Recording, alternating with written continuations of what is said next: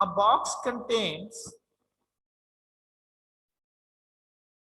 red, black and green balls as. एक किसी box में 3 बॉल उसमें ऐसे हैं जिनका कलर रेड है, 4 का ब्लैक है, 10 का ग्रीन है, 17 बॉल है।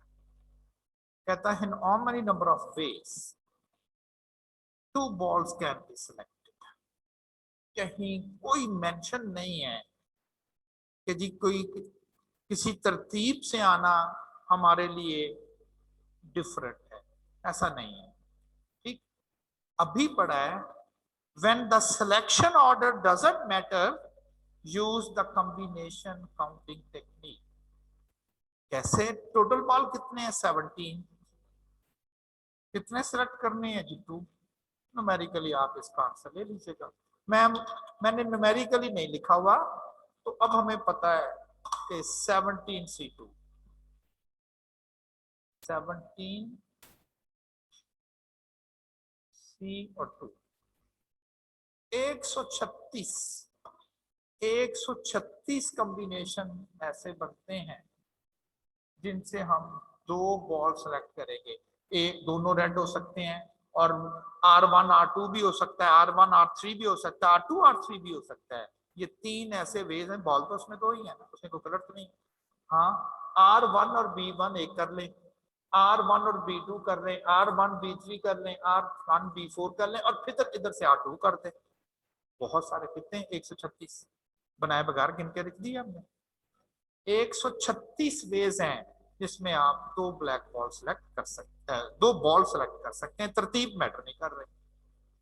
Next, how many number of veg 2 red 2 black 5 green. तरतीब कोई नहीं है कि जी उसने 2 रेड पहले लिखा था। भाई वो कहता है सिलेक्शन में 2 रेड होने चाहिए, चाहे आखिरी वक्त 2 रेड आ जाए, आखिरी दोनों बॉल रेड आ जाए, इसमें तो कोई मैटर नहीं है। 2 रेड, टोटल रेड है कितने? 3, तो 3C2 एंड 2 ब्लैक, ब्लैक कितने हैं? 4, 4C2 एंड ग्रीन कितने? 10, तो 10C5। इन सब को आपस में मैंने मल्टीप्लाई नहीं किया हुआ, लेकिन जाहिर है कि एग्जाम में तो उसका न्यूमेरिकली भी पूछा जाएगा, तो न्यूमेरिकली आपने इसका मल्टीप्लिकेशन करके ही लिखना है। 3C2, तो ये 3C2 है, मल्टीप्लाई 4C2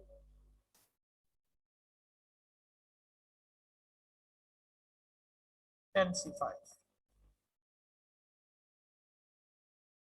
और उसके बाद 4536 ऐसे कॉम्बिनेशन बनते हैं जिसमें हर कॉम्बिनेशन ऐसा होगा उसमें 2 रेड बॉल होंगे, 2 ब्लैक बॉल होंगे और 5 बॉल उसके ग्रीन होंगे। जबकि टोटल 3 रेड थे, टोटल 4 ब्लैक थे और 10 ग्रीन थे। मैंने न्यूमेरिक्स में नहीं, मैंने बस फार्मूले में लिख दिया, न्यूमेरिक्स आप खुद ही करते। नेक्स्ट, 2 रेड 3 रेड एंड 4, ठीक है, नॉट रेड। तो जहां से सिलेक्शन करनी है उसमें टोटल नॉट रेड कैलकुलेट कर ले, काउंट कर दे। टोटल नॉट रेड, ये रेड नहीं, 14C4। हमें इससे कोई कंसर्न नहीं है वो क्या है, वो रेड ना हो। तो आप कहें ठीक है, फिर 3 जो हैं वो रेड हैं और बाकी जो 14 बाल है, 17 पूरे हैं, वो नॉट रेड है। जिससे करना है ये वाला वो टोटल में भी कर दिया और वो सिलेक्शन में भी लिख दिया। हमारी करिए आप इसका आंसर करें। हाल तो पहले भी ऐसे किया था ना, लेकिन उस वक्त मैंने वो कॉम्बिनेशन या ऑर्डर की बात नहीं की थी। अब मैं कह रहा हूँ जी एग्जाम में क्वेश्चन आ गया, अब आपने टेक केयर करनी है कि जी ऑर्डर है कि नहीं। तो इसमें तो कोई ऑर्डर का ऐसा कोई जिक्र नहीं है, तो बिल्कुल नहीं है ऑर्डर का, इसमें कोई ऐसा कंसर्न नहीं है कि ये ऑर्डर का जिक्र हो। ठीक, अब जरा दूसरी एग्जांपल की बात करते हैं। जी सर वालेकुम। सर ये 14C2 आएगा या 14 C4 आएगा, 14C4 आएगा। 4 ही आएगा ना? जी 4 आएगा, या ओके मिस्टेक है। सर। मैं इसको भी ठीक कर देता हूँ अगर ये हो सके तो। स्टार्ट कर दिया।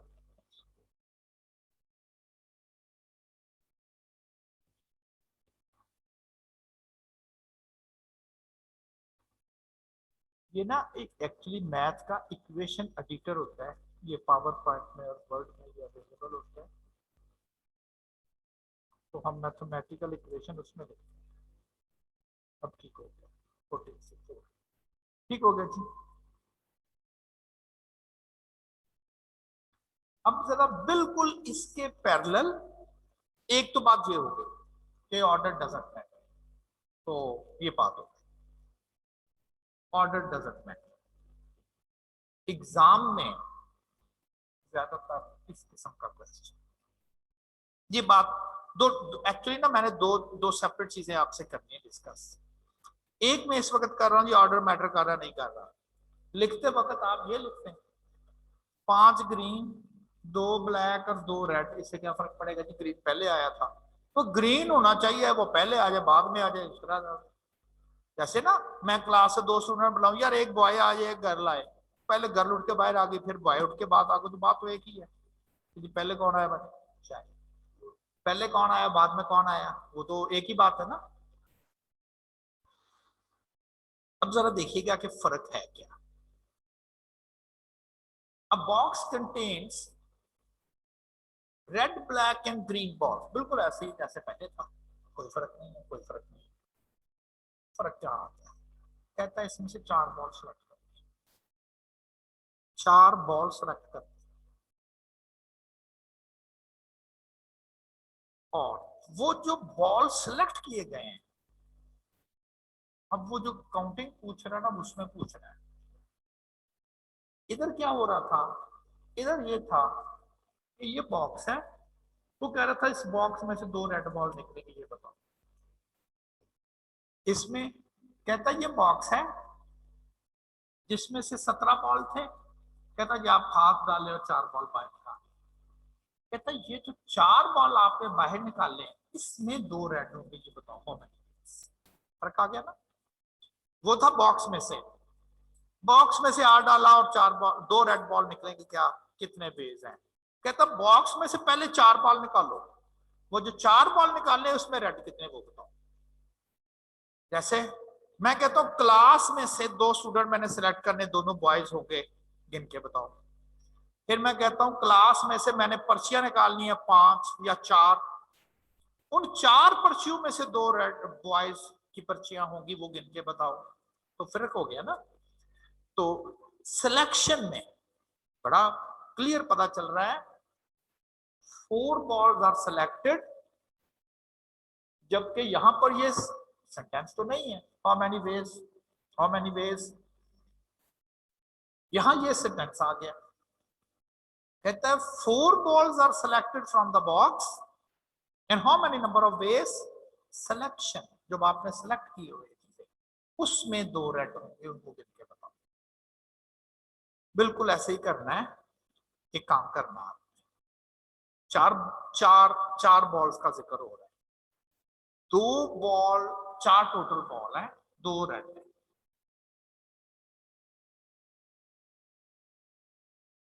बाकी जो 2 हैं वो रेड बिल्कुल नहीं होने चाहिए। आप कहेंगे सर 2 रेड ठीक है बाकी रहने थे, अगर बाकी चारों में से कोई रेड हुआ तो फिर 2 रेड रहेंगे, तो 3 नहीं हो जाएंगे। हाँ ये भी हो जाएंगे, ऐसे ही है ना। 4 बॉल है, मैंने आपको अगर ये कहूं कि ये 4 बॉल हैं, इसमें से 2 बॉल फर्ज करो, मैं कहता हूं निकाल के बता दो कि कितने रेड है। फर्ज करें आप 4, पहला बॉल उठाया रेड, दूसरा बॉल निकालने 2 ही थे, दूसरा बॉल उठाया रेड, तो क्या कह दोगे ये जो 4 बॉल पड़े हुए हैं इनमें 2 ही रेड है, क्योंकि मैंने 2 निकाले थे 2 रेड है, फिर बाकी सबको पता ही नहीं है। कब कहोगे, अब आप कहोगे जी 2 निकाले थे रेड थे, बाकी 2 जो थे वो रेड नहीं थे। अब आप जरूर कहोगे कि 4 में 2 रेड है। समझ रहे हैं ना? 4 की ये तो बात होगी यहां से। अगर आप बात कर रहे हैं कि जी 2 रेड निकल आए थे 4 में से, पता नहीं बाकी तीसरा कौन सा, पता नहीं चौथा कौन सा, पता नहीं, तो कैसे कह सकते 4 में 2 ही रेड है? तो फिर एंड लिखा नहीं हुआ, बस इसमें यही फर्क है। आपने ये काउंट पूरा करना, बाकी जो 2 होंगे वो नॉट रेड होने चाहिए। तो 4 पूरे। जब वो सिलेक्शन की बात करे, जितनी को उसने बात कर दिया वो लिख देनी है, बाद में वो सिलेक्शन का काउंट जरूर पूरा करना है। अब पहले वाला क्वेश्चन बन गया जैसे ये किया था। अब ये पहले वाला बन गया, सिर्फ इसमें आपने सिलेक्शन पूरा किया करना है। अब आपने ओरिजिनली जैसे करना है, 3 में से 2 रेड और 14 में से 2 जो है वो नॉट रेड। सिलेक्शन पूरी हो जाएगी, सिलेक्शन जो है वो कंप्लीट हो जाएगी। 3 में से 2 और 14 में से 2 जो है वो नॉट रेड। अब लिख लिया करें 2 रेड एंड आपने कहा 4 पूरा करना, बाकी 2 नॉट रेड, 2 नॉट रेड। अब इसको लिख लीजिएगा 3C2, इसे लिखिएगा 14C2। ठीक है ना? तो इसके बाद जो भी इसका नंबर आए अब वो 2 रेड 1 ब्लैक बॉल, इसमें सिलेक्शन ऑफ 4 है। 2 रेड, ठीक है, 1 ब्लैक, ये तो उसने कहा है 4 पूरे हो गए, नहीं 3 हुए हैं, 1 रह गया है। अच्छा अब 2 रेड आप कहें जी वो रेड हो जाए तो 3 हो जाएंगे, चौथा बॉल ब्लैक हो जाए 2 हो जाएंगे, जबकि 2 रेड और 1 ब्लैक, इसका मतलब आखिरी जो बॉल है ना 1, that must be a green ball. फिर ही उसकी कही हुई बात पूरी होगी कि 4 में से 2 रेड और 1 ब्लैक है, अगर 1 ग्रीन साथ हो। अब इसको काउंट कर दें, 3 में से 3 में से 1, 4 में से 1, 10 में से 1, इसको काउंट करते हैं। यानी कि एक स्टेप करने के बाद क्या, सिलेक्शन पूरी करने के बाद रूटीन वही चला देनी जिस तरह से हमने ये क्वेश्चन किया था। 1 रेड, 1 रेड होना चाहिए और कम से कम कहता 2 ब्लैक बॉल होने चाहिए। 1 रेड होना चाहिए, कम से कम 2 ब्लैक बॉल होने चाहिए। इसका कॉम्बिनेशन बनाए, 1 रेड होना चाहिए, कम से कम 2 जरूर ब्लैक होने चाहिए, तो 2 ब्लैक कम से कम है। मैं पहले एक कॉम्बिनेशन तो लिख लूं और उसके साथ अगर 1 ग्रीन आ जाता है आप कहेंगे बिल्कुल ठीक है, 4 पूरे हो गए। और ये वो वाली सिलेक्शन है जिसमें 1 रेड है, 2 ब्लैक है और 1 ग्रीन है। उसने कहा था कम से कम 2 जरूर होने, तो ब्लैक पे ज्यादा नहीं हो सकता है। यस, एक और कॉम्बिनेशन कि रेड का 1 होना तो जरूरी है। हाँ, ब्लैक बॉल 2 की बजाय 3 हो जाए तो ठीक है, नो प्रॉब्लम। अब कॉम्बिनेशन पूरा हो गया, 3 ब्लैक और 1 रेड, 4 पूरा हो गया, आगे चल रहे नहीं, आगे नहीं चलना। कोई और कॉम्बिनेशन बन सकता है? नहीं बन सकता। 1 रेड जरूर होना चाहिए और एटलीस्ट उसने तो 2 कहा था, आपने कहा 4 ब्लैक नहीं हो सकते, 5 बॉल हो जाएंगे, तो 5 तो लेने ही नहीं है, तो लेने ही 4। ठीक है ना? इसलिए यही 2 कॉम्बिनेशन आ गए। अब जब ये कॉम्बिनेशन उसी तरह से मल्टीप्लाई करके कर लें और इस और की वजह से आपको पता प्लस करते हैं, करना तरतीब में वही है। ये वो है जिसमें 2 ब्लैक हैं, एक साथ ग्रीन लगा। अच्छा ये भी देख लिया करें, ये ऊपर वाले ना टोटल पूरा करते हैं 17, 10 और 4 14 15 16 17 पूरे हैं। नीचे वाले सिलेक्शन पूरी करनी चाहिए, 2 और 1 3 4 पूरी है, और ऊपर वाली सिलेक्शन पूरी है, काउंट पूरी है, नीचे वाली सिलेक्शन पूरी है, पूरी है। दे दिया लास्ट वन, ये तो सीधा सीधा ही है। 1 रेड 1 रेड, 1 ब्लैक 1 ब्लैक, बस चले। अब काउंट पूरा कर दे, 1 2 रह गए, 2 ग्रीन, काउंट पूरी।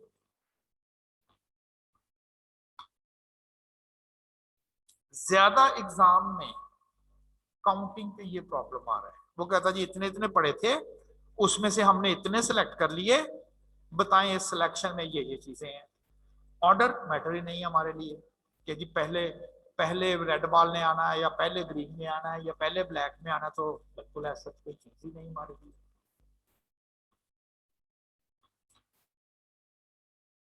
A box contains red block and green balls. 4 balls are selected from the box. 4 balls. इसका मतलब है अब वो सिलेक्शन में पूछा ना होगा, हमने सिलेक्शन भी पूरी करनी होगी। In how many number of ways selection will contain? ये एक्चुअली वही एग्जांपल है जो भी करके आया, इसलिए कि इस दफा मैंने इससे किसी और के साथ मैच करना है। उधर मैंने किया था बॉक्स से और सिलेक्शन से।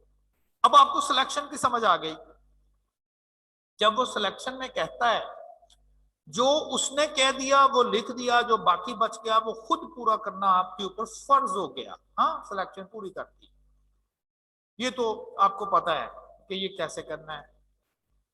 ये वही मैं रिपीट कर रहा हूं, उसी चीज को दोबारा लिख दिया मैंने, नो मैटर, दोबारा लिख दिया, ठीक हो गया। अब तो दूसरा पढ़िएगा, इसका मैंने इसके साथ रिलेट, मैंने पैरेलल इसलिए लिख रहा हूं कि समझा सकूं ना दोनों में फर्क क्या है, क्योंकि अलग-अलग कर दो ना समझ तो आ जाएगी, बाद में कहना ये उसी तरह का वो था, उसी तरह का ये है, उधर सर ने उस तरह कर दिया, इधर इस तरह से कर दिया।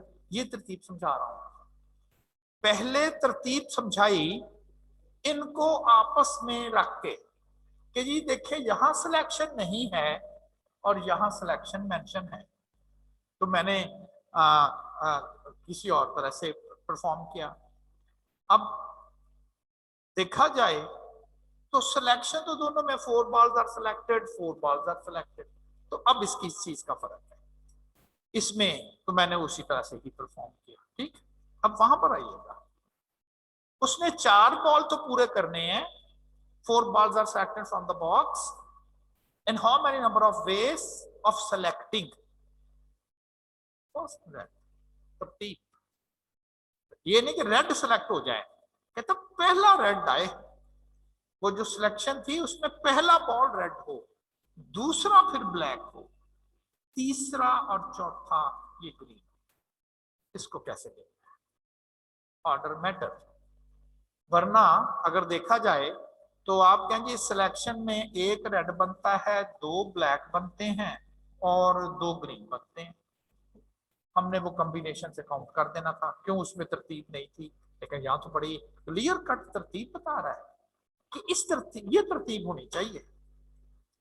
अब तरतीब अगर हो, ऑर्डर मेंशन हो, बड़ा क्लियर मेंशन नहीं है इस ऑर्डर से आने चाहिए, तो हम जो टेक्निक यूज करेंगे वो टेक्निक कराएगी permutation technique. When order does matter, permutation technique, ये परमुटेशन। अगर मेरे पास टोटल n ऑब्जेक्ट्स हो और मैंने वहां से r ऑब्जेक्ट सेलेक्ट करने हो without order, order doesn't matter, तो याद करें इसका फॉर्मूला बताया था, जो न्यूमिनेटर में आए इसका फैक्टोरियल लिखा करेंगे आप, जो डिनोमिनेटर में आए इसका फैक्टोरियल लिखा करेंगे, इनटू इन दोनों के डिफरेंस का फैक्टोरियल लिखा करेंगे।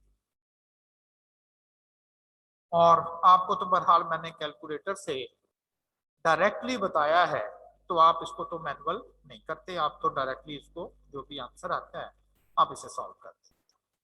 परमुटेशन में N P, P for permutation, अब यूज करता है व्हेन एडर फॉर। इसका फॉर्मूला क्या है, एन फैक्टोरियल, उधर भी यही था, ओवर, ओवर में बस आपने ये नहीं लिखना, एन माइनस आर फैक्टोरियल, ये परमुटेशन, ये परमुटेशन टेक्निक हो। अगर आप एक थोड़ा सा सॉल्व करें इसको, अगर मैं लिख दूं यहां पर 7p2, इसका मतलब है 7 में से 2 की सिलेक्शन करनी है, लेकिन तरतीब से करनी है। ये खुद ही गिन लेगा। बस तरतीब की वजह से आपने पी लिखना है कि ये ऑर्डर में गिनेगा, वो विदाउट ऑर्डर भी गिनेगा। 7 फैक्टोरियल ओवर 7 माइनस 2 फैक्टोरियल, और 7 फैक्टोरियल का आपको पता है 7 6 5 4 3 2 एंड 1। 7 माइनस 2 5 होता है, तो 5 4 3 2 और 1 ये कट जाएंगे 30। 7 में से 2 की सिलेक्शन करनी हो लेकिन तरतीब मेंशन हो, तो फिर 30 ऐसी सिलेक्शंस बनती हैं जिसमें आपकी बताई हुई तरतीब मेंशन होगी इसमें। ये डायरेक्ट कैलकुलेटर पर भी अवेलेबल है। डायरेक्ट ये कैलकुलेटर पे ये चीज जो है वो अवेलेबल है।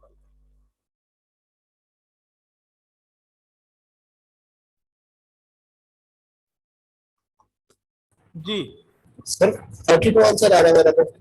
जी सर मेरा लास्ट में आपने भी किया उसका 42 आंसर आ रहा है, 30 नहीं आ रहा। 42 आंसर आ रहा है। जी सर। किस चीज का 42 आंसर आ रहा है? सर आपने जो लास्ट क्वेश्चन किया ना, किस लास्ट क्वेश्चन की बात कर रहे हैं? सर जो आपने बोर्ड के ऊपर किया था 72 42 इसका जी सर। जी जी 42 42 7 6 और 42। अब इसको कैलकुलेटर से कैसे हम डायरेक्टली कैलकुलेट करें? कैलकुलेटर से करेंगे 7। देखिए अगर आप ये प्रेस करते हो डिवीजन, तो वो सी है, सी नहीं है, पी है, और वो मल्टीप्लिकेशन में, ये मल्टीप्लिकेशन के ऊपर लिखा हुआ परमुटेशन शिफ्ट से, तो पी 7p2 ठीक है ना। मैनुअल भी बता दिया और ये भी कि कैलकुलेशन करके भी आपको जो है वो सारी तरतीब बता दी कि ये किस तरह से है, मैनुअल भी और कैलकुलेटर से भी। अच्छा, अब चूंकि समझ आ गई कि परमुटेशन कब यूज करना है और कॉम्बिनेशन कब हमने यूज करना है, और जब यहां पर बात करेंगे तो आइडिया हो गया कि जी यहां पर चूंकि वो कह रहा है, मेंशन किया जा रहा है तरतीब, फर्स्ट सेकंड थर्ड फोर्थ, इस तरतीब से मेंशन हो रहा है, तो फिर हमें क्या करना है, हमें परमुटेशन रिक्रूट करनी है। 3p1 3p1 4p1 अच्छा, आगे आपने केयर करनी है। जब आप तरतीब से चल रहे हैं, जब आप एक ग्रीन बॉल लेंगे जो कि थर्ड ग्रीन बॉल है, थर्ड वाला, उस वक्त आपके पास ग्रीन बॉल होंगे 10, तो आपने 10 में से एक ग्रीन बॉल लेना है। अब जब आप एक ग्रीन बॉल सिलेक्ट कर चुके होंगे, अगले फिर एक ग्रीन बॉल लेना है। अब तो ग्रीन बॉल वहां है ही एक कम, अब तो ग्रीन बॉल वहां पड़े ही 9 है, तो अगला जो ग्रीन बॉल होगा वो 9 में से है।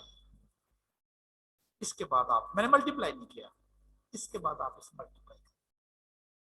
अच्छा, आप ये ना कहिएगा कि जी तरतीब से ही लिखना है, पहले रेड ही लिखना है, चाहे आप इसको इधर लिख दें, 4p1 करके लिख दें, 3p1 करके लिख दें, 9p1 करके लिख दें, और 10p1 करके लिख दें, आंसर तो वही आना है ना। आंसर में तरतीब, इस लिखने में तरतीब नहीं की, इस लिखने में नहीं की तरतीब, तरतीब की इस पी ने, इस पी ने तरतीब की। मैं एक और करता हूं, फिर देखते हैं। कहता फर्स्ट टू रेड, पहले 2 बॉल रेड होने चाहिए, and remaining 2 black. First 2 red, पहला रेड अलग अलग करके वो 3 में से एक होगा। फिर अगला रेड रेड हो चुका है, 2 में से एक होगा। अब रह गए रिमेनिंग 14 एंड रिमेनिंग 2 ब्लैक। अब ब्लैक है टोटल 4। पहला ब्लैक आने लगा है 4 में से, एक ब्लैक हो चुका, 3 रह गए, मल्टीप्लाई कर। नेक्स्ट फर्स्ट 2 रेड, पहला रेड 3 में से एक, दूसरा रेड 2 में से एक, ये फर्स्ट 2 रेड हो गए। एंड थर्ड ब्लैक 4 में से एक, sorry P, not C but P क्योंकि तरतीब है ना। एंड फोर्थ ग्रीन, और ग्रीन है जी 10 में से एक, और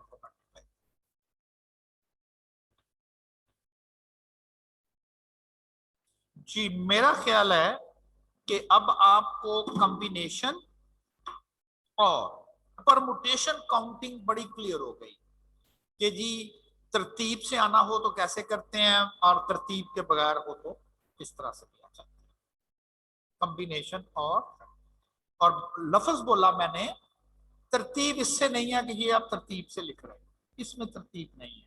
और मैंने कहा था सबसे पहले चाहिए फजूल है ना लिखना, वो तरतीब जारी है, जैसे जैसे मैं पढ़ता जा रहा हूँ लिखता जा रहा हूँ, लेकिन इस तरह से भी लिखने में कोई हर्ज तो नहीं है, आंसर तो वही आना। तो यहां से एक्चुअली बात ये बताना चाह रहा हूं कि तरतीब से लिखना ये नहीं है कि आपने इसको इस तरतीब से लिखा हुआ तो इसलिए ये इंपॉर्टेंट है। मैं कहता हूं ये जैसे मर्जी लिखते, जिस तरतीब ने ख्याल किया है वो पी ने किया है, परमुटेशन ने उसकी टेक केयर की। जी अब अगर किसी का कोई क्वेश्चन हो तो permutation and then combination.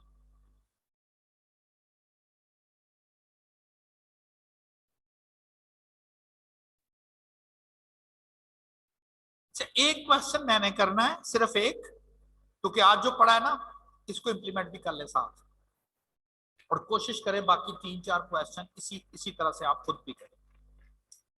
Example है, the board of directors of a company consists of 12 members. किसी कंपनी का एक बोर्ड बना होता है, जिसमें बोर्ड ऑफ डायरेक्टर्स बने हुए, उसके टोटल 12 मेंबर, 3 उसमें खवातीन है, खुद ही पता चल गया, बाकी मैंने टोटल 12 पूरे कर लिए। ये 3 उस बोर्ड ऑफ डायरेक्टर्स के 12 मेंबर है, 3 उसमें खवातीन है, ऑब्वियस है कि 9 मेन होंगे। A committee of 3 members is randomly selected। 12 में से 3 मेंबर उन्होंने सेलेक्ट करने हैं। कोई तरतीब वगैरह तो नहीं है आगे, कोई तरतीब नहीं है कि जी पहला ये, दूसरा ये, तीसरा ये, कोई तरतीब नहीं है।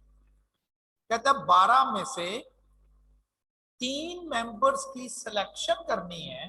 वो बॉल की बजाय मेंबर हैं, बॉक्स की बजाय बोर्ड ऑफ डायरेक्टर्स हैं, और एक वर्ड आ गया, अब प्रोबेबिलिटी फाइंड करें। पहले मैंने आपको पीछे गिनना सिखा दिया है ना, तो गिनती आ गई तो प्रोबेबिलिटी आ गई, एन आ गया, एन आ गया, ये कौन सा मसला है।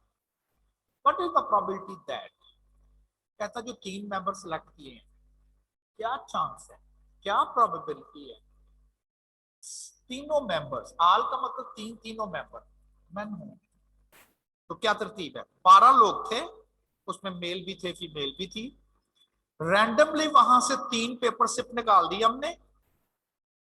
कहता क्या चांस है कि जो आपने 12 में से 3 मेंबर लिखे हैं तीनों ही मर्द हो, क्या प्रोबेबिलिटी है, क्या चांस है। क्योंकि हमें पता नहीं है कि ये क्या उनसे सिलेक्शन हुई है, तो प्रोबेबिलिटी आप कह लें ये हमारे लिए ए है, इवन। अगर मैं आपको कहूं पी ऑफ ए करें, पी ऑफ ए क्या करते हैं, N A over N S नहीं करते। अब आपने काउंटिंग करनी है, 3 मेंबर्स हैं, तीनों ही मेंबर मैन हैं, काउंटिंग करनी है। आप उसी तरतीब को फॉलो कर लें। 3 उसने कहा था तीनों मेंबर, ऑल मेंबर्स, ऑल लिखा हो ना, ऑल का मतलब 3 मेंबर, तीनों मैन, काउंटिंग पूरी कर दें। आपने कहा सर पूरी तो है, 3 लेने थे, तीनों ही मैंने पूरी है, ठीक है पूरी है। अगर वैसे हो ना खवातीन क्या जी, हमें तो हमारा नाम ही नहीं आ रहा तो उनका नाम भी लिखना है, कोई हर्ज नहीं। वैसे मैंने कहा जरूरत ही नहीं है, लिख दे अगर लिखना है। अब इसे गिन दें, जब आप गिनेंगे तो वो एन ए बनेगा। क्यों? ये इवेंट है, इस इवेंट में क्या गिनना है, इसे गिनना है। काउंटिंग टेक्निक में पीछे से आपको सिखा के आ रहा हूं। 3 मैन लेने 9 में से, तो इसकी काउंटिंग में 9C3। सी इसलिए कि उसने ये तो नहीं कहा कि 3 मेंबर लेने, पहला मर्द होना चाहिए या दूसरा मर्द, या ऐसी कोई बात ही नहीं है इसमें, तो तरतीब तो है ही नहीं है। जरूरी नहीं है, लिख लें अगर लिखना चाहते हैं 3C0। तो मैंने इसलिए आपको लिख दिया कि मैंने कहा था ना, अपना आंसर देखने के लिए देखिएगा, ये टोटल पूरे हो गए, 9 3 12 पूरे है जी, ये भी पूरे हैं, ये भी पूरे हैं। 3 की सिलेक्शन सिर्फ ऐसे ही प्रैक्टिस हो जाती है ना, तो फिर छोड़ दिया करें, मैं तो वैसे ही उसको लिख रहा हूं। ये तो होगी एन ए। एन ए अगर मैं ऐसे लिखूं तो आप लिखा करेंगे जी 9C3, and if you want to complete it like this one, ये N A over N S. क्या पॉसिबिलिटीज हैं, 3 मेंबर कौन से आ सकते हैं, ये तो उसने पूछा हुआ है ना कि ये वाले 3 मेंबर आए, ये हमारा कंसर्न है। ऑल पॉसिबल 3 मेंबर्स कौन हो सकते हैं, कितने पैसे लेने हैं जी, 12 में से 3 मेंबर लेने हैं। जितने पॉसिबल 3 मेंबर मिल बन सकते हैं, मेल फीमेल, 2 मेल 1 फीमेल, सब गिनते हैं। 12 में से 3 मेंबर गिनना, वो बॉल की तरह 12C3।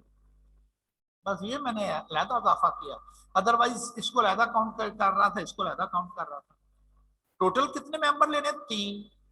सारे पॉसिबल गिन दें 3 मेंबर कौन कौन से हो सकते हैं, मर्द खवातीन मिल मिला के टोटल इतने 3 मेंबर सिलेक्ट हो सकते हैं। उसमें से कितने मेंबर ऐसे होंगे जो सारे मर्द होंगे, वो इतने होंगे। इन दोनों को आप डिवाइड करके और उसके पहले उसी तरह से लिख लें, फिर उसको गिन दें, और आखिर में टोटल में से।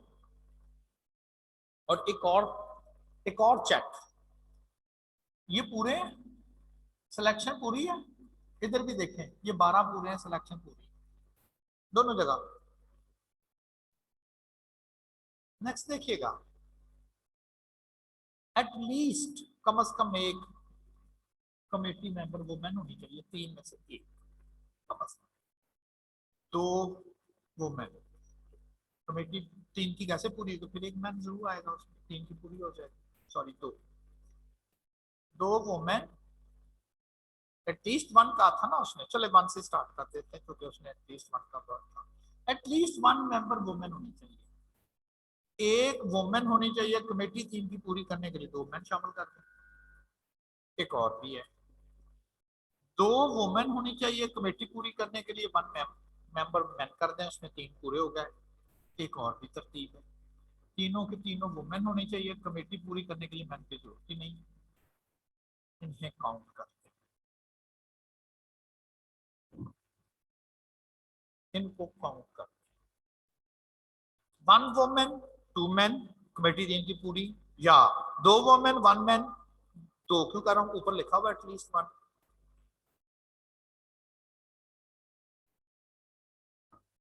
ऊपर मैंने लिखा हुआ at least 1। Third, at most 2 man, ज्यादा से ज्यादा 2 उसमें मर्द होने चाहिए। मैंने कहा जी अगर 2 मैन हो कमेटी में अलाउ है, तो फिर साथ एक वुमेन शामिल करें, 3 पूरे करते हैं जी। मैन 2 से ज्यादा हो सकते हैं, नहीं 2 से ज्यादा नहीं हो सकते। उसने कहा था ज्यादा से ज्यादा 2 हो सकते हैं, 2 से कम हो सकते हैं, हाँ कम। और अगर एक आदमी आ जाए मेड आ सकता है, तो फिर 2 वुमेन साथ शामिल करें ताकि 3 पूरे हो। मेंस की तादाद 0 हो सकती है जी, 2 से ज्यादा तो नहीं है, नहीं नहीं ज्यादा नहीं, ठीक है 0 मैन करके 3 वुमेन करके कमेटी पूरी करके। अब गिनते देखिए ना, मैंने गिनना आपको ज्यादा सिखाया ताकि वो सब चीजें एक ही दफा ना आपको मिक्सअप हो जाए। मैंने पहले आपको तरतीब से गिनना सिखा दिया, फिर सिलेक्शन में गिनना सिखा दिया कि जी सिलेक्शन पूरी करते जाए, और लास्ट में जाके प्रॉपर्टी बता दी। नेक्स्ट वन आसान है, 1 man and 2 women and the committee, एक ही कॉम्बिनेशन बनता है। एक आदमी, दो खवातीन होनी चाहिए, गिनते हैं इनको।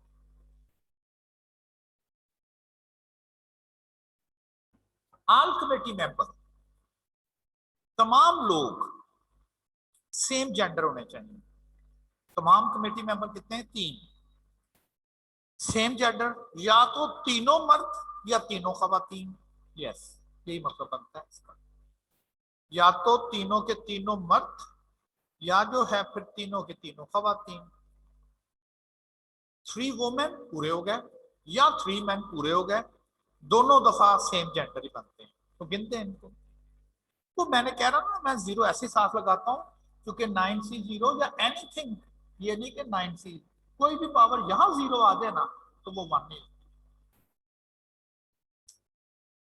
जी कोई क्वेश्चन हो तो पूछे मुझसे। Any question?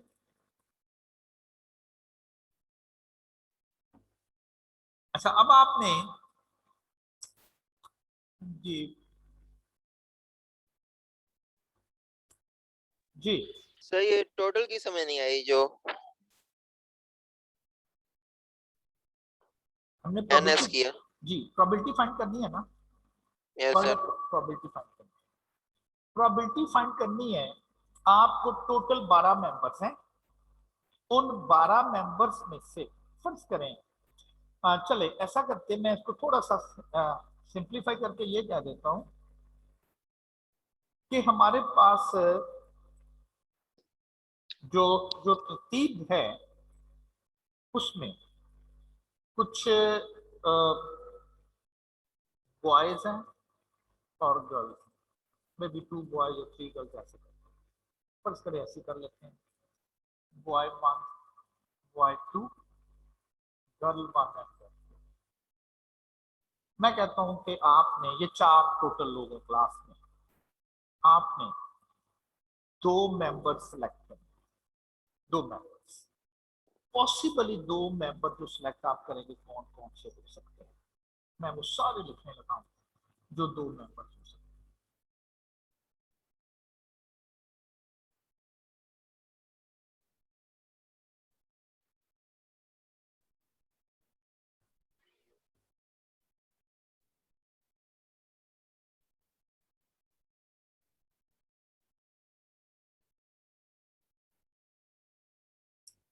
एक, दो, तीन, चार, पांच, 6, 4 टोटल मेंबर थे। 1, 2, 3, 4, ये 4 मेंबर्स थे। मैंने इनमें से 2 लोग की सिलेक्शन करनी है। मैं आपसे सिर्फ ये क्वेश्चन पूछूं कि वो जो 2 सिलेक्शन करनी है, हाउ मेनी वेज कि वो 2 लोग सिलेक्ट, आपने जी एक ग्रुप ये बन सकता है, 2 लोग हैं। एक ये बन सकता है, 2 लोगों का ग्रुप, एक 2 लोगों का ग्रुप ये बन सकता है, एक ये बन सकता है, एक ये बन सकता है, और एक ये। 6 ग्रुप टोटल बन सकते हैं 2 2 लोगों के। मैंने जो आपको सिखाया है, मैंने कहा इन्हें काउंट किया तो ये 4 है। इनमें से कितने लोगों का ग्रुप बनाना है? 2 लोगों का, 4C2। तो क्या ये 6 ही आता है?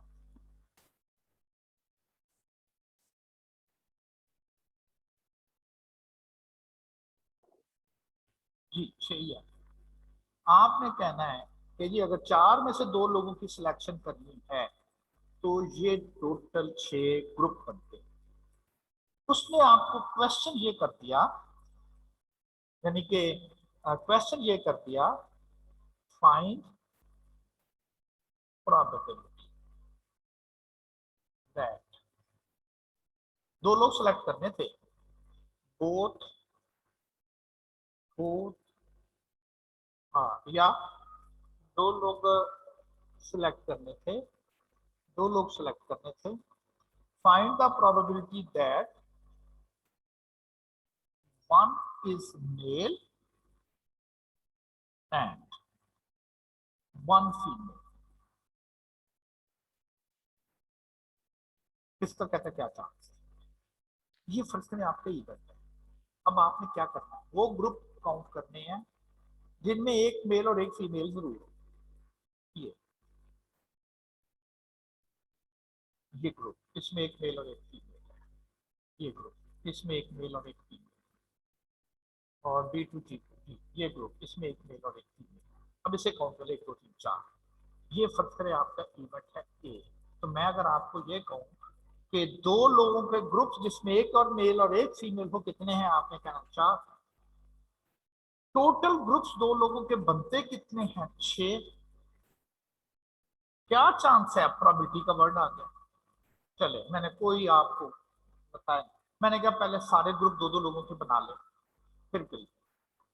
अब बात अगर करें ना, ये ग्रुप बनाने पड़ेंगे, मैं कहता नहीं, वैसे गिन ले। तो वैसे गिनना अब कैसे है? अभी सिखा रहा हूं। 2 boys 2 girls, total how many? 4। Total selection count करें पहले, टोटल सिलेक्शन। आपने कहा जी 4 में से 2, कैसे? 4 से 2 से पीछे बनता है। फिर देखें जिसकी प्रोबेबिलिटी कैलकुलेट करनी है उसकी सिलेक्शन, तो उसकी सिलेक्शन बनती है 1 मेल 1 फीमेल, ये भी सिखा दिया आपको। मेल 2 में से 1 आएगा, 2C1 इंटू फीमेल 2C1, ये मल्टीप्लाई करेंगे आपने, 4 बनते हैं। अब आपने कहना जिसकी प्रोबेबिलिटी, बिल्कुल उसी तरह से यहां पर भी कह रहा हूं, 3 लोगों की सिलेक्शन करनी है। ये आपके पास इवेंट है ए,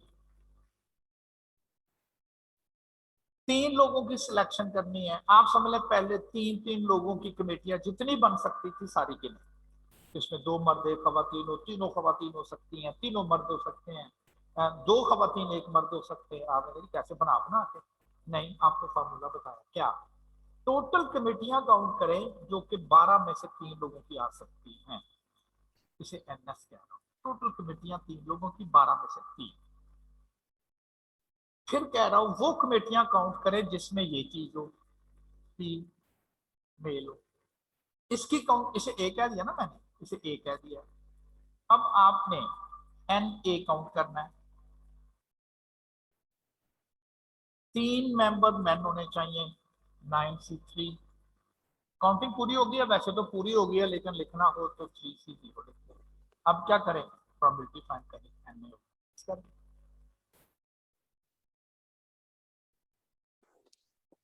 काउंटिंग करना, बहुत सारी 3 लोगों की कमेटियां बन सकती थी, उनमें से वो कितनी कमेटियां हैं जिनमें तीनों मेंबर मैन के तौर पर आते हैं। आप कहें जी तीनों मैन, देखे ना, ये 9 मैन मेंबर हैं।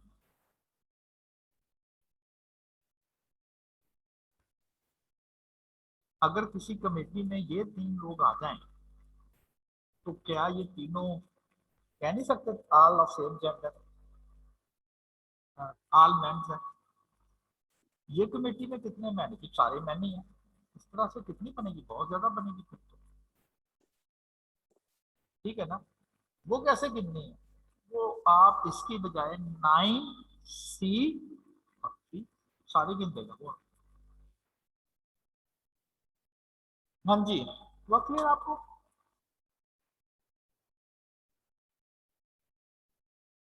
जी हुआ क्लियर पॉइंट आपको? Yes sir, thank you sir. अच्छा जी, अब आपने अपने लिए एक्सरसाइज, क्योंकि कल आपका वैसे भी ऑफ है, इसके बाद के जितने मैंने क्वेश्चन लिखे हुए ना, सारे आपके पास पेपर्स थे सब। 6 है शायद, या 6 है या 5 है, लेकिन सारे पास पेपर्स। ये उसने कोई क्रिकेट मैच है, 12 उसने शाटें खेलनी है। शाम को कहता टीवी चैनल वाले ने स्पोर्ट्स अपडेट दी और 2 शाटें उसकी दिखा रहे होते ना, आज जी फलां बैट्समैन ने, फखर जमान ने 80 स्कोर किया, और इसी दौरान वो 2 4 उसकी शाटें दिखा रहे। सारी तो नहीं दिखाते। कहता 12 शॉटें बैट्समैन ने खेली हैं, उनमें से कोई 2 शॉटें उठा के दिखाएंगे। ये इस तरह का कोई क्वेश्चन है, देखिएगा।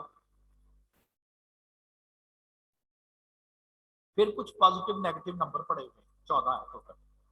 कहता है इनमें से 4 नंबर सेलेक्ट करने, ऐसे नंबर सेलेक्ट करें जिनको आपस में मल्टीप्लाई करें और पॉजिटिव नंबर। कौन कौन से नंबर सिलेक्शन में आएंगे तो प्रोडक्ट पॉजिटिव बनेगा, ये क्वेश्चन है। ये बहुत ज्यादा एग्जाम में यार, बहुत ज्यादा। 50 करेंसी नोट पड़े हुए हैं, 50 वाले भी और सॉरी हाँ 1000 वाले भी और 500 वाले। 50 से 100 नए करेंसी नोट आई, उसमें से ऐसे ही पता नहीं क्या था, हाथ डाला सेफ में से 4 नोट निकाल दिए। 50 वाले भी आ सकते हैं, 1000 वाले भी आ सकते हैं, 500 वाले भी। कहता क्या प्रोबेबिलिटी है जो 4 नोट आपने निकाले हैं सेफ से, उनकी टोटल वैल्यू 3000 रुपए बनी। कौन से निकलेंगे? आप कहें जी चारों 1000 वाले निकलेंगे, नहीं तो 4000 करते हैं। 3 नोट 1000 वाले निकले, एक नोट 500 वाला, वो 3500 बन गई। 2 नोट 1000 के, 2 500 के, ये पूरे 4, ये ठीक है। किसी का पूछना इस तरह से खुद बनाने हैं, ठीक। और फिर ये एग्जांपल करनी है, पेज 42 तक आपने जो है वो अपना क्लियर करना है। ये फिर मैं आपको ये करवा दिया मैंने, हाइपर ज्योमेट्रिक ऐसे ही नाम डराने के लिए करना है मैंने। ये देखें, ये मैं हाइपर ज्योमेट्रिक की प्रॉब्लम कर रहा हूँ, वही नहीं सारा कुछ जो अभी करवा के आया। इसलिए मैंने कहा था मैं काउंटिंग सिखा दूंगा, बाद में ना इनके नाम कर दूंगा, इसको ये कह दें, इसको ये कह दें, इसको ये कह दें, तो आपने हाइपर ज्योमेट्रिक भी सीख लें।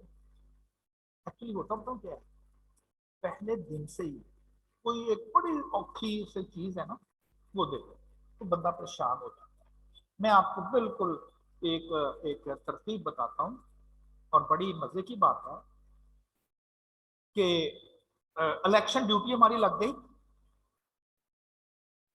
वोट पे।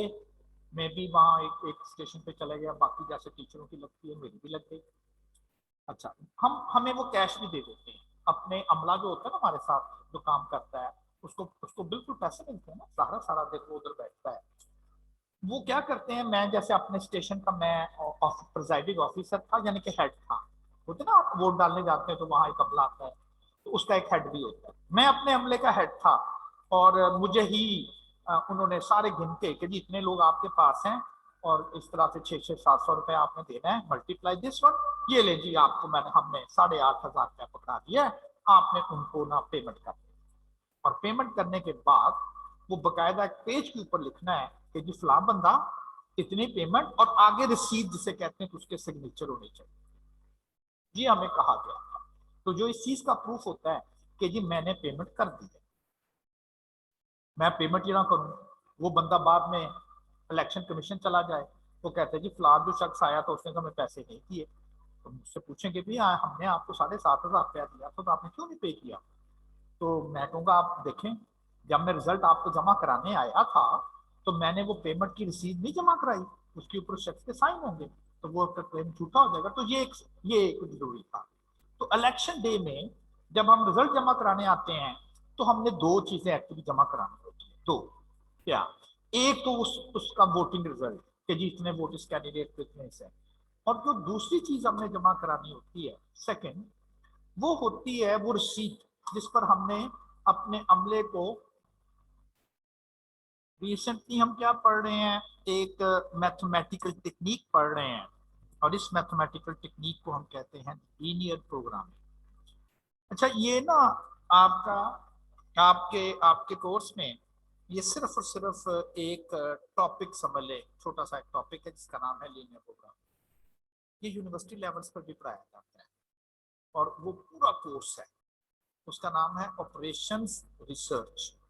उसमें से एक आर्टिकल के तौर पे ये लीनियर प्रोग्रामिंग आता है।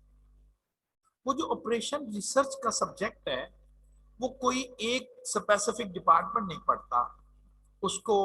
कंप्यूटर साइंस के जो स्टूडेंट अपने बीएससी एमएससी कर रहे होते हैं वो भी पढ़ते हैं, इकोनॉमिक्स वाले भी पढ़ते हैं, सोशियोलॉजी वाले भी पढ़ते हैं, इस तरह के काफी डिपार्टमेंट हैं। और वो जो कोर्स है ऑपरेशन रिसर्च का, वो बेसिकली आप ये समझ लें कि एजुकेशनल पॉइंट ऑफ व्यू से एक नया डिजाइन नहीं किया गया था। यस, वो बाद में ये इन्वेंट हुआ था। वो कोर्स मैथमेटिक्स वालों ने बनाया, वो during the second world war, जब दूसरी जंग अजीम हुई, और उसमें फिर बहुत बड़ा रोल था कि जी आपको पता ना मुख्तलिफ नेशन उसमें इन्वॉल्व थी। तो ये था कि उनके पास ना लिमिटेड किस्म के रिसोर्सेज हैं, उनके उनके पास जो वेपन्स हैं वो, उनके जो आर्म्ड फोर्सेस हैं वो, और मुख्तलिफ बॉर्डर्स हैं, कभी कहीं कोई मुल्क किसी जंग में इन्वॉल्व हो जाता था, कभी कहीं। और फिर एक जगह से दूसरी जगह मूवमेंट करनी और कैसे करनी। तो लीनियर प्रोग्रामिंग में यही कहा गया, चादर देख के पांव फैलाएं, अपने रिसोर्सिस को देखें और फिर डिसाइड करें किस बॉर्डर पे उन्हें कितनी आर्म फोर्सेस लगानी है, कितने वहां पर जो है वो बाकी वेपन्स वगैरह ट्रांसपोर्ट करने और किस रास्ते से करने हैं। ये तो नहीं कि उधर से भेज दें जी, ऐसे भेज दें। उस वक्त कौन से हवाई जहाज है जी, पकड़ा टैंक और उधर ले गया, वो मूवमेंट होनी थी अर्थ और जमीन पर चल के उन्होंने जाना था। तो ये सारी कहते हैं बहुत बड़ा रोल प्ले किया वहां पर मैथमेटिक्स वालों ने कि जी आप अपने रिसोर्सेज का बेस्ट यूटिलाइजेशन इस तरह से कर सकते हैं। बाद में फिर उन्होंने कहा कि ये जो जंगी की बात हो रही है तो क्यों ना इसको प्रोडक्शन में भी यही करें। और प्रोडक्शन के रिसोर्सेज हैं, आपके पास पैसे कितने हैं, आपके पास स्पेस कितनी है, आपके पास लेबर कितनी है, बजाय इसके कि आपके पास आर्मी कितनी है, आपके पास टैंक कितने हैं, आपके पास फाइटर प्लेन कितने, जो उनके रिसोर्सेज थे। और इसके बाद फिर ये एजुकेशनल इंस्टीट्यूट में ये बड़ा इफेक्टिवली पढ़ाना स्टार्ट कर दिया गया। और भी उसमें बहुत सारी चीजें, एक उसमें आता टॉपिक लीनियर प्रोग्रामिंग का जो कि आप भी पढ़ रहे हैं, तो देखिए उसमें भी यही लिखा हुआ है। कहता many management decision about taking to make the most effective use of but resources. और फिर नीचे बताया जी रिसोर्सेज किसे कह रहे हैं और क्या करना है। कहता है लीनियर प्रोग्रामिंग एक ऐसी मैथमेटिकल टेक्निक है जो कि किसी भी डिसीजन मेकर को हेल्प करती है उनकी planning and decision making relative to the resource allocation. देखिए आर्मी में एक बहुत बड़ी खूबी है, अगर कोई भी वो काम करना हो, आज उन्हें कह दिया जाएगा ना, ये नहीं कि उठ के शुरू कर देते हैं, वो 10 दिन शायद प्लानिंग में लगा देते हैं। 10 दिन वो पूरा प्लान जब करते हैं फिर एग्जीक्यूट करते हैं, कहते हैं अदरवाइज तो ये सारा ही हैपेजेड हो जाना था। अर्थक्वेक आया आज से 4-5 बड़ा स्वीट किस्म का, तो लोगों ने चैरिटी के लिए क्या करते थे, अपने तौर पे ट्रक में सामान रखा, कंबल और ये जो सब, और फटाफट शुमाली इलाकों की तरफ रश किया कि चले जी हम अमदाद बचाएं अपने भाइयों के लिए। हैपेजेड था ना। कहते जी ट्रैफिक ही ब्लॉक हो गए, इतने ट्रक जा रहे हैं, कोई सड़कें बाहर आगे उधर डैमेज थी, फंस गए। अब छोटी सी सड़क है, अगर एक ट्रक आगे फंस जाए तो पीछे 100 ट्रक लगे हुए तो लगे हुए। सामान कहते वहां पहुंच ही नहीं पाया, क्या किया फिर वहीं पर सामान ऑफलोड कर दिया गया, फेंक दिया गया। और वो टीवी पे भी दिखा रहे थे, कपड़ों को लोग आग लगा के हाथ सेक रहे, सर्दी थी, तो वो चीजें कंबल जो कि एक्सेस अमाउंट में पड़े हुए थे, जहां जाना था वहां पहुंच। तो फिर आर्मी एक ने एक्शन किया और एक लिमिट तक वो जाने देते थे, उसके बाद कहते थे यहाँ ड्रॉप करें, हम खुद बचाएंगे अपने व्हीकल्स पे ना, मतलब प्लानिंग। ठीक है ना, प्लानिंग। तो ये कहता जी कि आप भी ऐसे ही प्लानिंग करें।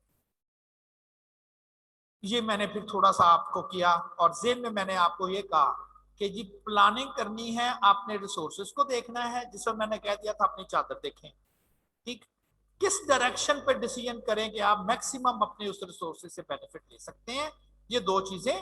और अब मैं इस एग्जांपल पर दोनों चीजों को इंप्लीमेंट करूंगा। पहले पढ़ता हूँ, आल दो थोड़ा लेंथी है, थोड़ा सा ट्राई करूंगा डिटेल से पढ़ूं, क्योंकि एक चीज डिटेल से पढ़ दी ना मैंने, तो फिर अगली जो 4-5 क्वेश्चन है कम से कम ये तो समझ आ जाएगी ना इसमें करना होता क्या है। The flair furniture company produces table and chairs. ये कोई फर्नीचर कंपनी है और वो सिर्फ 2 आइटम प्रोड्यूस करती है, या वो टेबल बनाती हैं या वो चेयर बनाती है। The production process requires a certain number of hours in carpentry department। वहां पर 2 डिपार्टमेंट हैं, एक है कारपेंट्री डिपार्टमेंट, कारपेंटर बढ़ई तरखान, वहां पर उसका स्ट्रक्चर ग्रे स्ट्रक्चर तैयार करता है, कुर्सी का टेबल का ग्रे स्ट्रक्चर तैयार होता है। And then in the painting department, और फिर वो उठ के टेबल चेयर जो है वो पेंट शेंट होने के लिए पेंटिंग डिपार्टमेंट चले जाते हैं। तो उसने ऊपर थोड़ा सा प्रोसीजर समझाया कि ये वो 2 आइटम बना रहे हैं, और कहता बड़ा सिंपल सा प्रोसीजर है, वो 2 डिपार्टमेंट में आइटम तैयार होता है। पहले डिपार्टमेंट में जहां पर उसका स्ट्रक्चर बनता है, और फिर अगले डिपार्टमेंट में चला जाता है जहां पर उसके ऊपर पेंट हो जाता है और प्रोडक्ट तैयार हो जाती है। ईच टेबल, एक table takes 4 hours of carpentry. उसको उसका स्ट्रक्चर बनाने में, एक टेबल का स्ट्रक्चर बनाने में कहता 4 घंटे लगते हैं। यानी कि इतने रिसोर्सेज चाहिए कारपेंट्री डिपार्टमेंट के एक टेबल को तैयार करने में। और जब वो टेबल चला जाता है पेंटिंग डिपार्टमेंट में, तो वहां पर ईच एक वो जो टेबल है उसको 2 घंटे में पेंट हो जाता है ईच टेबल। 4 घंटे में स्ट्रक्चर, 2 घंटे में पेंट। ईच चेयर, अब वो चेयर का भी बताएगा। 3 घंटे में उसका स्ट्रक्चर, इसका मतलब थोड़ा जल्दी बन जाती है, और आधे टाइम में यानी कि 1 घंटे में ही उसके ऊपर पेंट हो जाता है। तो ये कितने कितने रिसोर्सेज चाहिए इनको बनाने के लिए। During the current production period, जो भी उन्होंने प्रोडक्शन करनी है इस दौरान, कहता उनके पास टोटल 240 घंटे की लेबर अवेलेबल है। फर्ज करें उनके पास कुछ कारपेंटर है और वो हर कारपेंटर एक दिन में 6 घंटे काम करता है। अगर उनके पास 20 कारपेंटर होंगे तो 120 घंटे उनके होंगे। उस दौरान उन्होंने टोटल कैलकुलेट किया, कहता जी हमने 1 महीने में ये सारी प्रोडक्शन तैयार करनी है, इतने हमारे कारपेंटर हैं, कितने दिन काम होता है, 1 दिन छुट्टी होती है, मल्टीप्लाई करके कह देंगे टोटल हमारे पास 240 घंटे जो हैं वो कारपेंट्री डिपार्टमेंट में टाइम अवेलेबल है। ये है अवेलेबिलिटी ऑफ टोटल रिसोर्सेज। और जो पेंटिंग डिपार्टमेंट है उसमें 100 आवर्स का टोटल टाइम अवेलेबल है। ऊपर लिखा गया है कि हर कितने रिसोर्सेज चाहिए, नीचे लिखा हुआ है कि कारपेंट्री डिपार्टमेंट में कितने रिसोर्सेज हैं और पेंटिंग डिपार्टमेंट में कितने रिसोर्सेज हैं। कहता है each table sold yields a profit of $7। एक टेबल अगर वो बेचते हैं तो $7 का उन्हें प्रॉफिट होता है। Each chair $5। एक चेयर अगर वो सेल करते हैं तो $5 का प्रॉफिट। अगर देखने में तो यही लगेगा कि यार बेवकूफी क्यों कर रहे हैं, चेयर क्यों बना रहे हैं, वो $5 का प्रॉफिट देती है, आप टेबल बनाए। भाई टेबल रिसोर्सेज भी तो ज्यादा खा रहे हैं ना। ये देखें 4 घंटे तो उसको इधर ही लग जाते हैं, 2 घंटे में पेंटिंग हो जाती है, कितनी देर में 2 चेयर पेंट हो जाती है। चेयर अगर 5 का देती है तैयार भी तो 2 होती है ना। लेकिन कारपेंट्री डिपार्टमेंट में तो डबल टाइम नहीं लेती बल्कि ज्यादा टाइम लेती, आधा नहीं लेती। तो इसलिए कुछ समझ नहीं आ रही क्या करे, टेबल बनाए चेयर बनाए क्या करे, तो देखते हैं।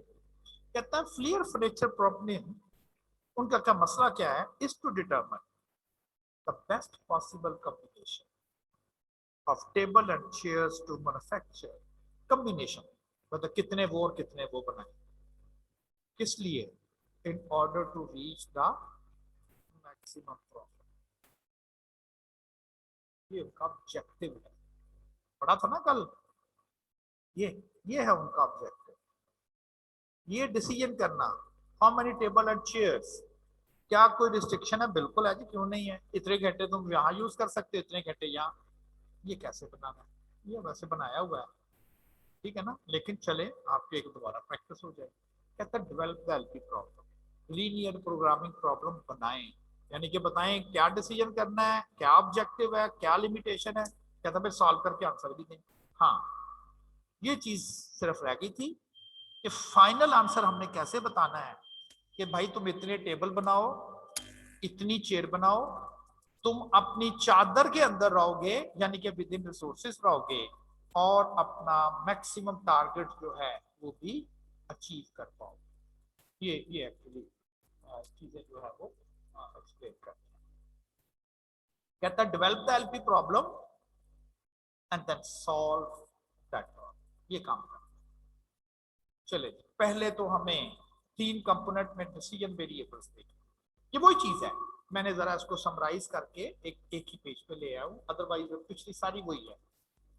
कहता है table yield profit of 7 each share, आपके लिए लिखना जरूरी नहीं है एग्जाम में, लेकिन मैंने चूंकि वो पिछली स्लाइड पर रह जाना था तो मैंने फिर उसको करने के लिए नेक्स्ट स्लाइड पर ले आया।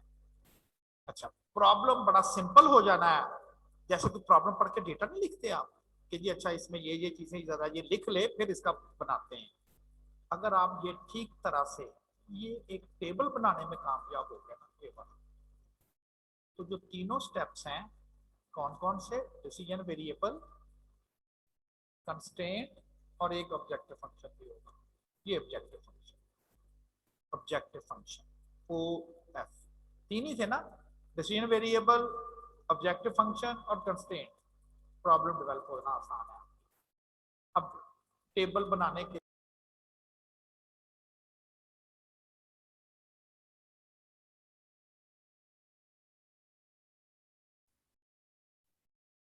तो जब आपने प्रॉब्लम पढ़ना है तो प्रॉब्लम पढ़ने के लिए ठीक है जो कुछ भी लिखा हुआ है आप ना सबसे पहले, मैं नहीं कहता हर दफा, मोस्टली आप सबसे पहले ना ये देखा करें कि जैसे होता है ना पूछा क्या उसने, उसने पूछा हुआ the flair of nature problem is to determine क्या करें द बेस्ट कॉम्बिनेशन ऑफ चेबर एंड टेयर टू मैन्युफैक्चर, ये पूछा हुआ।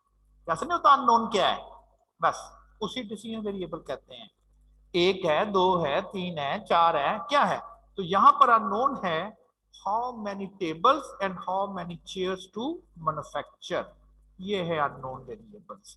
आपने जब टेबल बनाना है तो आप क्या करेंगे, कॉलम साइड पे लिख लें कि जी टेबल्स बताने हैं कितने, शेयर्स बतानी है कितनी, और आपकी मर्जी है, जो मर्जी पहले लिख लें, जो मर्जी बाद में लिखना, ये कोई मैटर नहीं करता।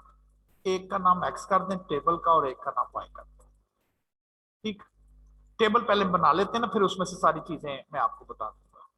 जब ये टेबल और ये डिसाइड हो जाए कि जी अच्छा ये टेबल और चेयर्स उसने पूछा हुआ है, मोस्टली दो ही, आपके कोर्स में तीन का तो पूछेगा ही नहीं ना, उसकी रीजन आगे बता दूंगा, दो का ही होगा। तो इस टेबल में पूछ रहा कितनी चेयर और कितनी जो है वो टेबल्स बना। अब जब आप पढ़ना स्टार्ट कर दे अपने प्रॉब्लम को और ये पता चल जाए टेबल चेयर का पूछ रहा है आपको, फर्ज करें मैं यहीं से पढ़ रहा हूं, यहीं से कि जी टेबल चेयर का पूछ रहा था, ये मुझे पता चल गया, मैंने एक छोटा सा टेबल बनाया और उसकी कॉलम पे लिख दिया टेबल और चेयर। अब यहां तक तो कोई न्यूमेरिक्स नहीं था, यहां से है ईच टेबल आ गया ना उसका जिक्र, ईच टेबल जो डिसाइड करना था, ये रिसोर्सेज बताने लगा। कहता है 4 आवर्स ऑफ कारपेंट्री, आपने फौरन इस साइड पर कारपेंट्री का वर्ड लिख लेना है कि जी कारपेंट्री के रिसोर्सेज देता है वो एक टेबल 4 घंटे, एक table. Each table takes 4 hours of carpentry, फौरन रोज साइड पर आपने लिखना है कि एक रिसोर्स कारपेंट्री का लेना है उसने और वो है 4 घंटे में एक टेबल तैयार होता है, ठीक है। 2 आवर्स इन पेंटिंग, दोबारा फिर एक और लिख लेना रिसोर्स, पेंटिंग रिसोर्स, वो कहता है जी 2 घंटे लेता है एक टेबल और उसके अलावा किसी और रिसोर्स का जिक्र नहीं है। अब आ गया दूसरा decision variable, each chair takes 3 hours carpentry, ये आ गया। 1 आवर्स इन पेंटिंग, ये आ गया और खत्म, ठीक हो गया।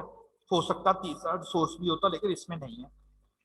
इसके बाद आपने ये जरूर उस पर मेंशन होगा कि टोटल अवेलेबल रिसोर्सेज है कितने। अब 2 रिसोर्सेज हैं, time in the carpentry department and time in the painting department, ये आगे जाके आप लोग लिखेंगे। इसके बाद टोटल अवेलेबल यहां लिख लीजिएगा, एक तो ये चीज मेंशन होगी, वो आप उसके आगे लिख दीजिएगा टोटल। मैं नहीं कह रहा हर टेबल में, हर क्वेश्चन में ये टेबल जरूर बन जाएगा,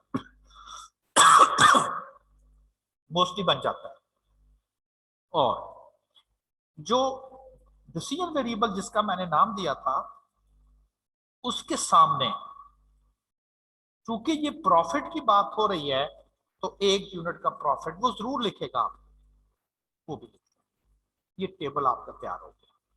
इस टेबल से ही तीनों चीजें आपने लिखनी है क्या। अब ये तो खैर एग्जाम में अब होप्स हो कि आपको तो फिजिकली आएगा ही नहीं ना, आपको कौन सा पेपर प्रेजेंट करना होता है, आपको तो आसान लिखना है। वैसे मतलब अब क्या है, एक्स से मुराद होगी नंबर ऑफ टेबल्स, यही पूछा था ना उसने, how many table and how many chair. Y से मुराद है number of chairs to produced, लेकिन अब आपको अपने रफ वर्क में करने की जरूरत नहीं है, सिर्फ ये टेबल ही ऐसे ही रहने दें। अच्छा जी, अब बनाना है आपको ऑब्जेक्टिव फंक्शन। ऑब्जेक्टिव है प्रॉफिट को मैक्सिमाइज करना, ये ऑब्जेक्टिव है आपके जी। प्रॉफिट, टोटल प्रॉफिट कैलकुलेट करें। एक टेबल आपको, एक टेबल $7 का प्रॉफिट देती है। अगर 2 टेबल बनाने होंगे तो 7 × 2, आपके जी कितनी टेबल का प्रॉफिट कैलकुलेट करना है कि ये तो बाद में बताना पड़ेगा हमें जब एक्स का आंसर आएगा। तो कितने बनाने कितने हैं, है जी एक्स टेबल्स फिलहाल बनाने हैं, तो आप कहें जी बस ठीक हो गया, कितना आपको प्रॉफिट आएगा 7 इंटू एक्स। अगर एक्स 2 आ जाता है तो 14, अगर एक्स 10 डिसाइड कर दें आप बाद में तो फिर $70। तो बाहर इतना तो पता है, एक आइटम की प्रॉफिट दी गई है, एक्स आइटम का प्रॉफिट होगा 7x। प्रॉफिट किधर से आएगा जी? चेयर से भी आना है। उधर से कितना आना है? एक चेयर ने 5 का देना है। कितनी चेयर बनानी है? y। इन दोनों को प्लस कर दें तो ये बन जाएगा total profit of the firm from tables as well as from chairs. इसका नाम आप फिक्स ही है, एक जी रख दें। जी इज द टोटल प्रॉफिट। इस क्वेश्चन में कभी कॉस्ट का जिक्र आएगा तो कॉस्ट क्या देंगे, तो जी इज द टोटल प्रॉफिट। क्या करना है जी को? क्या ऑब्जेक्टिव क्या है जी? ऑब्जेक्टिव ये है कि हम मैक्सिमम उसको करना चाहेंगे। चले मैक्स करना है, ये ऑब्जेक्टिव है। मैक्स करना है किसको? जी को। जी क्या है? टोटल प्रॉफिट है कितना जी? ये। इसमें एक्स वाई कहां से आएंगे? वही तो सोल्यूशन करके बताना है, और क्या बताना है उस कंपनी को आपने? यही तो वो कंपनी हमें कह रही है। ठीक है जी, ये तो फिर जब फाइनल सोल्यूशन की बात आएगी तभी हम उसको देख के बताएंगे। फिलहाल हमने 2 स्टेप अपने पूरे कर दिए। क्या? टेबल बनाया। एक्चुअली ये स्टेप नहीं है टेबल बनाना, आपने डेटा लिखा अपनी स्टेटमेंट से, और कभी वो सिर्फ ऑब्जेक्टिव फंक्शन पूछता है, ऐसे ना टेबल सारा बनाना स्टार्ट कर दीजिएगा, वो बिल्कुल एग्जाम में आ रहा है 1 नंबर का। बहल बेटा तो वो ऐसे ही देता है, कहता what is the objective function of this. तो फिर ऐसे ही नहीं, स्ट्रक्चर जरूर बना लिएगा कि जी ये टेबल है, ये चेयर है, और आप कहेंगे बाकी छोड़ो, प्रॉफिट का जिक्र कर रहा है, 1 यूनिट का प्रॉफिट किधर है, इसके 1 यूनिट का किधर है, उतना ही टाइम लगेगा, यानी कि आसानी से हो जाएगा। अगर आप ऐसे सारा फजूल टेबल बनाना बैठ जाए, उसने पूछा ही नहीं है। ठीक हो गया? तो ये आपके पास हो गया, मैक्स करना है जी को, हम फिक्स रखते हैं सब्जेक्टिव फंक्शन वैल्यू कह दें, और वो है 7x + 5y। ये तो बाद में पता चलेगा x कितना y कितना, ठीक है ना? तो बहरहाल अपना ऑब्जेक्टिव तो ये सेकंड स्टेप भी कंप्लीट हो गया। डिसीजन वेरिएबल आपने बता दिए कि किन के ऊपर डिसीजन लेना है आपने, टेबल शेप का, और क्या और डिसीजन लेना है जी, हमने प्रॉफिट को मैक्स करना है। ठीक है जी, कोई रिस्ट्रिक्शन है, कोई लिमिटेशन है, कोई कंस्ट्रेंट्स हैं? बिल्कुल है जी। क्या है? हमें कितने रिसोर्सेज अवेलेबल है, ये है अवेलेबल रिसोर्सेज। हमें कितने रिसोर्सेज चाहिए, रिक्वायर्ड, वो कभी भी अवेलेबल से हम ज्यादा नहीं यूज करेंगे, तो पहले अपने रिक्वायर्ड रिसोर्सेज कैलकुलेट करेंगे। एक टेबल बनाने में 4 घंटे लगते हैं, 2 टेबल बनाने में 4 × 2 आवर्स लगेंगे, 3 टेबल बनाने में 4 × 3 आवर्स लगेंगे। हमने अगर ये एक्स टेबल बनाने हो तो कितने घंटे लगेंगे? इसलिए मैं कहता हूँ फायदा इसको इधर से जरा दे दिया, बस प्रॉफिट के लिए इसको इधर से इधर कर दिया था आपने। और कारपेंट्री टाइम कहाँ चाहिए? चेयर बनाने में इधर भी चाहिए, ठीक है।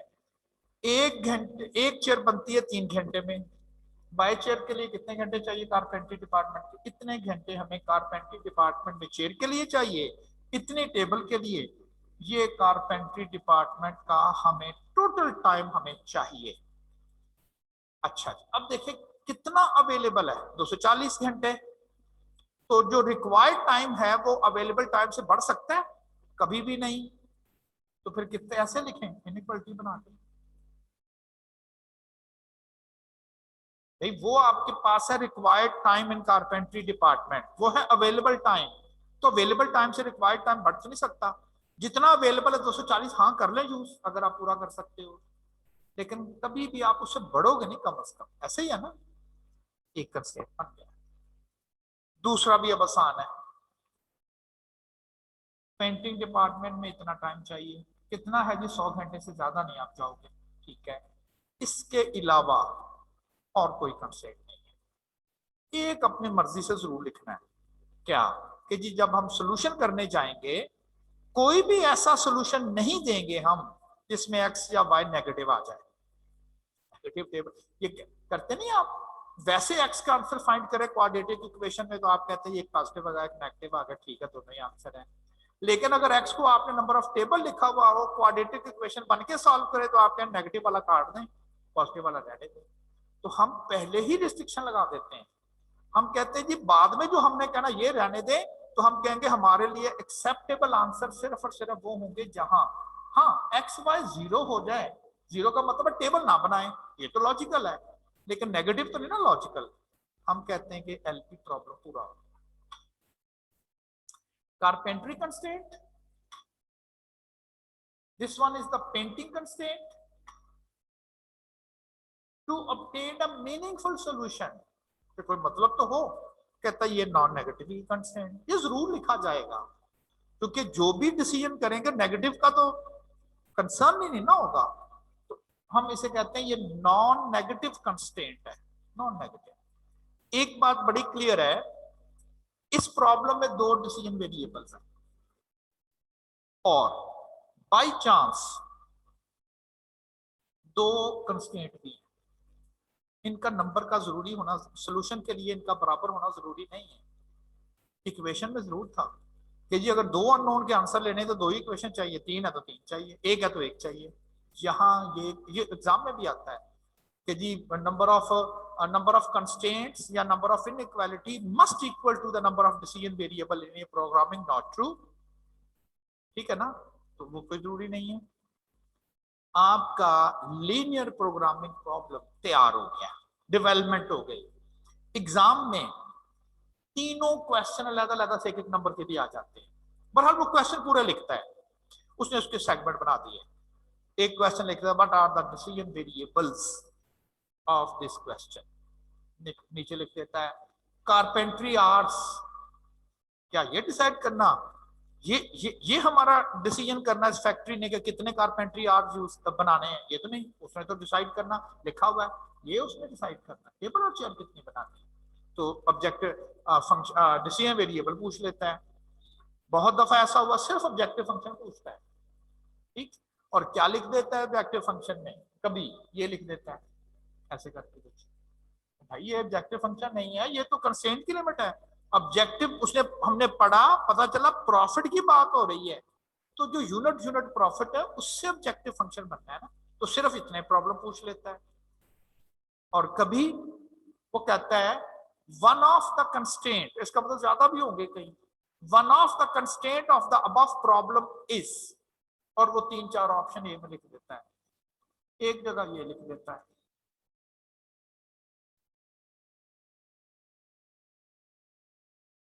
एक जगह ये लिख देता है डी ऑप्शन में,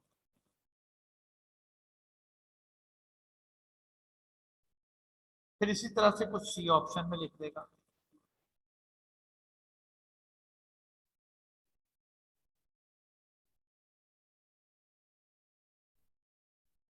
एंड देन डी ऑप्शन। वो कहता जी कि इनमें से कौन सा ऐसा कंस्ट्रेंट है जो ऊपर वाली स्टेटमेंट में मेंशन हो रहा है, थोड़ा सा केयरफुल रहेंगे। आप कहेंगे ठीक है, ये भी समझ आ रही, ये भी समझ आ रही, वो लेस देन 100 नहीं 240, तो ये तो गलत हो गया। फिर इसकी बात करेंगे, आपने कहना हाँ ये ठीक है, 100 ठीक है, इधर गौर ही नहीं किया भाई, अगर वो अवेलेबल जो स्टेटमेंट के मुताबिक तो रिसोर्सेज उससे कम ही यूज करेंगे, ये भी गलत है। इसकी जब हाँ ये ठीक है, तो सी इज द आंसर। अब आपको देखे सोल्यूशन तो नहीं किया, पूरा प्रॉब्लम भी नहीं बनाया, तो जितना मतलब बी रेडी फॉर इट कि आपको वो एक नंबर का भी पूछ सकता है। ठीक है जी, चले अब यहीं तक सोल्यूशन इंशाल्लाह इसका कल। और सोल्यूशन भी कोई मुश्किल चीज नहीं है, ये देखें ये किया हुआ आपने, ये कॉमन सोल्यूशन स्पेस बनाई है मैंने, ये कंस्ट्रेंट जो बन गए हमारे पास, इनइक्वालिटीज जो बन गई, तो ये कॉमन सोल्यूशन स्पेस हमने बनाई हुई है। कल मैंने इसमें से अपना ऑब्जेक्टिव बस निकालना है, क्योंकि इस कॉमन सोल्यूशन स्पेस में तो इन्फिनिट सोल्यूशन है। कॉमन सोल्यूशन स्पेस इसमें तो बहुत सारे हैं, मेरा इसमें से मेरा कंसर्न कौन सा सोल्यूशन है ये बताऊंगा ना कल। मेरा कंसर्न है ये वाला प्रॉफिट, क्योंकि ये सबसे ज्यादा था, 410 का प्रॉफिट था। किसने मुझे 410 का प्रॉफिट दिया है? मुझे 410 का प्रॉफिट दिया है इस एक्स ने 30 टेबल,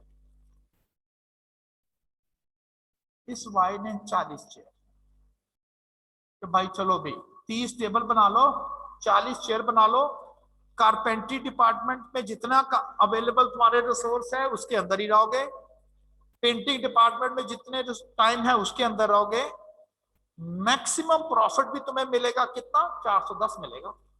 कितने टेबल, 30 टेबल, कितनी चेयर, 40। सोल्यूशन कर दिया। ये मैंने नेक्स्ट बताना, मैंने तो ऐसे एक जरा एक समझ लो एक ओवरव्यू दे दिया कि मैंने करना क्या है। पहले मैंने कॉमन सोल्यूशन स्पेस बनानी है। मैं कहूंगा ले जी ये तो है आपकी चादर, पाँव फैलाना है किस डायरेक्शन में, तो इस डायरेक्शन में, क्योंकि मैक्सिमम बेनिफिट आपको ये डायरेक्शन देगी। तो ये कल ये कैसे करना है ये इंशाल्लाह नेक्स्ट का लेक्चर होगा। चलें जी, ठीक है, आपका टाइम भी ओवर हो चुका है।